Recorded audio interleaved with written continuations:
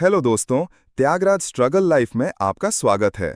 आज हम बात करने वाले हैं मेरा favourite book the psychology of money. भूमिका। पैसा कमाना आसान है, समझना मुश्किल।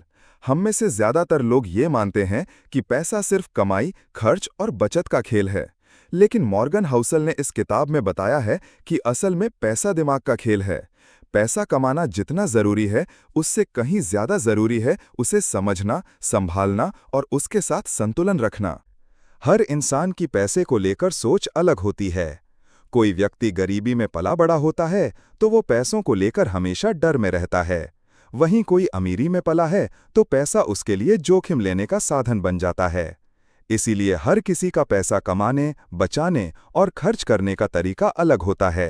हमें ये समझना होगा कि दूसरों की वित्तीय सलाह हमारे लिए सही नहीं हो सकती, क्योंकि उनकी यात्रा अलग रही है। अध्याय 2। धनवान बनने और धन को बनाए रखने में अंतर होता है। पैसे को कमाना एक कला है, लेकिन उस पैसे को बचाकर रखना एक और भी बड़ी कला है।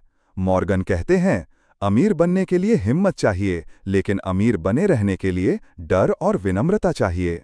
लाखों की लॉटरी जीतने वाले कई लोग कुछ ही वर्षों में दरिद्र हो जाते हैं। क्यों? क्योंकि उनके पास पैसे की समझ नहीं थी। अध्याय 3। चक्रवृद्धि ब्याज, समय का जादू। कंपाउंड इंटरेस्ट यानी चक्रवृद्धि ब्याज वो जादू है जो धीरे धीरे काम करता है, लेकिन परिणाम विस्फोटक होते हैं। वॉरेन बफे की संपत्ति का बड़ा हिस्सा उन्होंने 60 की उम्र के बाद कमाया, क्योंकि उन्होंने निवेश बहुत कम उम्र से शुरू कर दिया था और 7 दशक तक धैर्य रखा। सीख: लंबी अवधि के लिए निवेश करें, धैर्य से बड़ा कोई हथियार नहीं। अध्याय 4। असली दौलत वो होती है जो आप देख नहीं सकते। आज की दुनिया में लोग दिखावे के पीछे भाग रहे हैं। महंगी गाड़ी, बड़ा बंगला, ब्रांडेड कपड़े, ये सब अमीरी के लक्षण नहीं हैं, ये तो सिर्फ खर्च करने की क्षमता दिखाते हैं। असली दौलत वो होती है जो आपने खर्च नहीं की। सादगी से जीकर भी आप करोड़पति बन सकते हैं अगर आपकी आदतें सही हैं। अध्याय 5।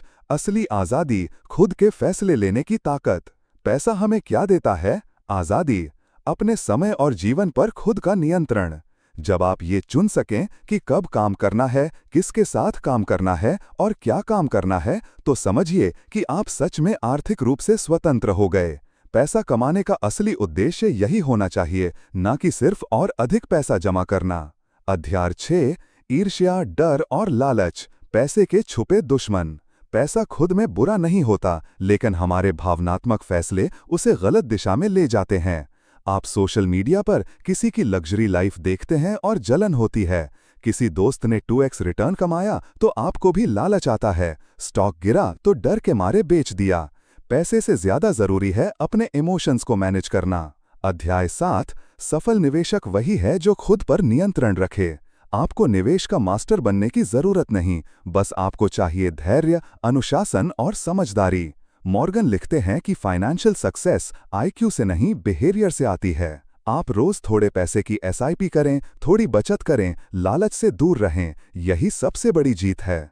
अध्याय 8। जिंदगी एक लंबी दौड़ है, दौड़ मत लगाओ। जिंदगी और पैसा दोनों मैराथन है, स्प्रिंट नहीं। जल्दी अमीर बनने की कोशिश अक्सर गलत निर्णयों तक ले जाती है। धीरे धीरे लेकिन लगातार चलना ही सबसे बड़ी कुंजी है। निष्कर्ष: पैसा एक मानसिक खेल है।